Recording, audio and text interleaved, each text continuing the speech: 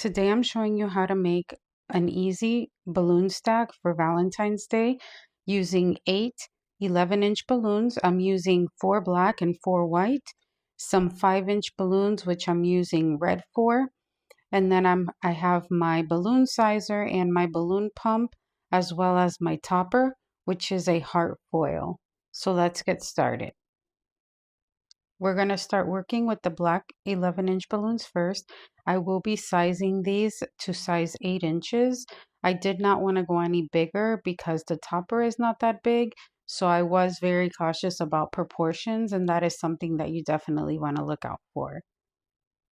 Once inflated, you're going to take the necks, you're going to wrap it around twice, and then you're going to tie it off.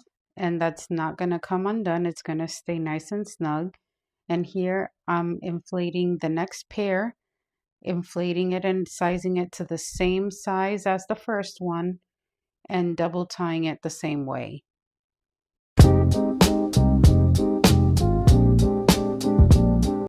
Now once I have my 2 pairs inflated, I'm going to take them at the very center and I'm going to go ahead and twist them around a couple times just to make sure they're nice to get and together. And then I'm taking the white 11-inch balloons and we will be inflating these down to 7 inches. So these will be sized down to 7 inches. Again, trying to keep control of the overall size. So here we're going to do the same thing with the white balloons. We're going to wrap around the neck twice and tie it off. And then we're going to go ahead and inflate our second pair and repeat the same process and join the 2 pairs the same way that we did with the black quad.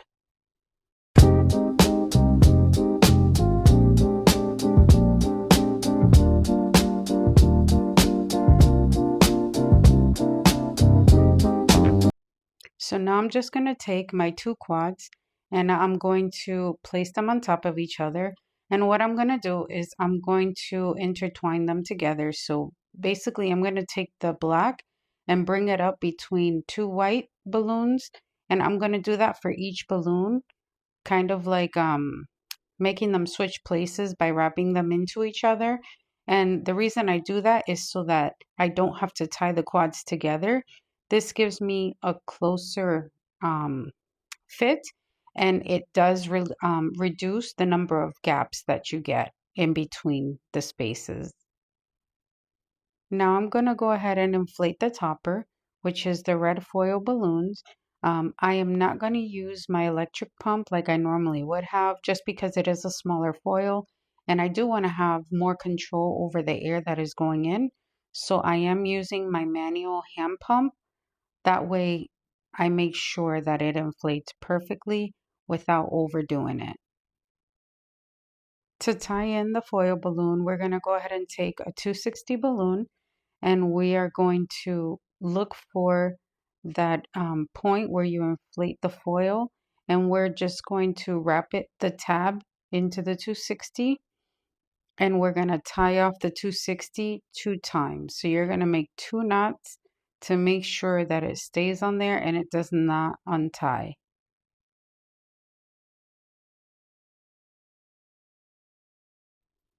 Now we're going to go ahead and place the topper right in the center, pulling down each side with the 260. And I'm just going to go ahead and on each side, I'm going to wrap the 260 around the balloons a couple times just to make sure that it stays put.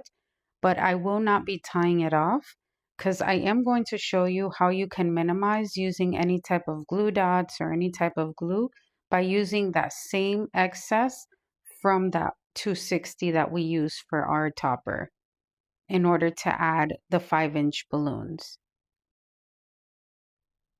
Here I've placed the stack to the side and I'm inflating the 5-inch balloons. We are using 6 for this particular design because I am doing 2 sets of 3. And I did not size it to anything specific. I just kind of placed it against it to see what sizing looks good. But if you do want some guidance, I would recommend 3 inches or 3.5 inches, and that should be proportional to this. You don't want it to overtake or to seem too big or too small.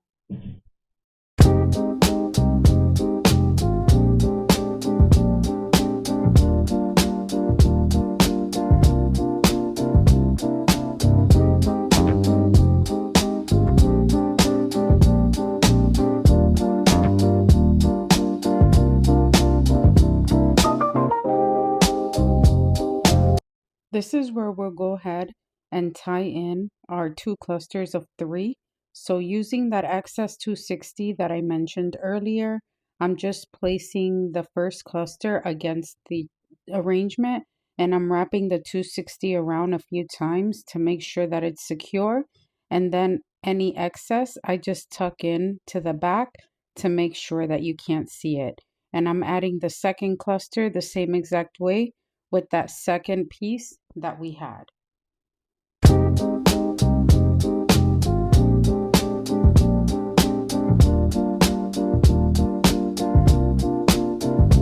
So I have decided to add a couple more elements just to elevate the design a little bit.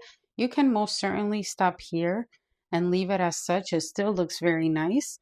But before I move forward with any additional add-ons, I am actually tying in a water weight just so that it stays and it doesn't fly off the table so easily or anything like that. It just creates a little bit of weight. So I had this small foil heart on hand. It may be about 9 inches or 10 inches or so. And I have put double-sided tape to it. This is the only time in this video that I will be using any type of adhesive.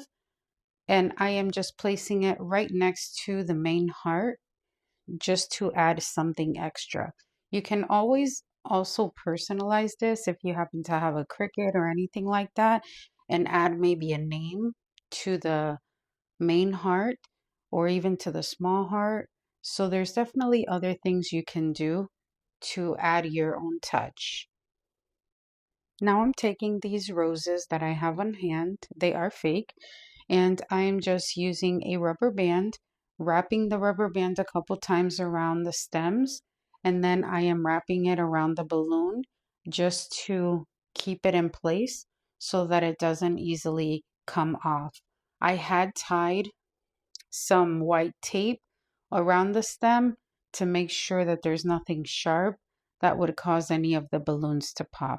And here you see me doing the same. I did actually start putting a rubber band on this one, but then as I was putting it in, I realized that the space was tight enough that it did not require it, and I knew that it would be just fine without having the rubber bands on there.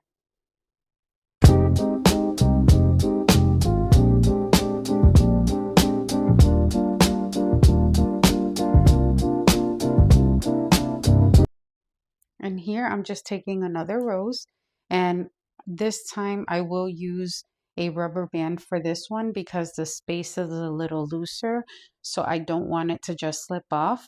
And later I actually do end up adjusting it. I used the red balloon to attach the rubber band, and then it was pulling too much to a certain side, so I ended up putting it around the white balloon later. And this is the last and final rose that I decided to add, and it will go in the center of that second cluster at the bottom, so it has like a nice balance. And I also used a rubber band here as well. I just wrapped the rubber band a few times around the stem, and then I am wrapping it around the red balloon to keep it in place. Here is where you'll see me move the middle rose and wrap it around the white balloon like I had already mentioned, just because I wanted it to be secure and I didn't want it to pull more to one side versus the other. And this is it. An easy, simple design you can put together and personalize your way.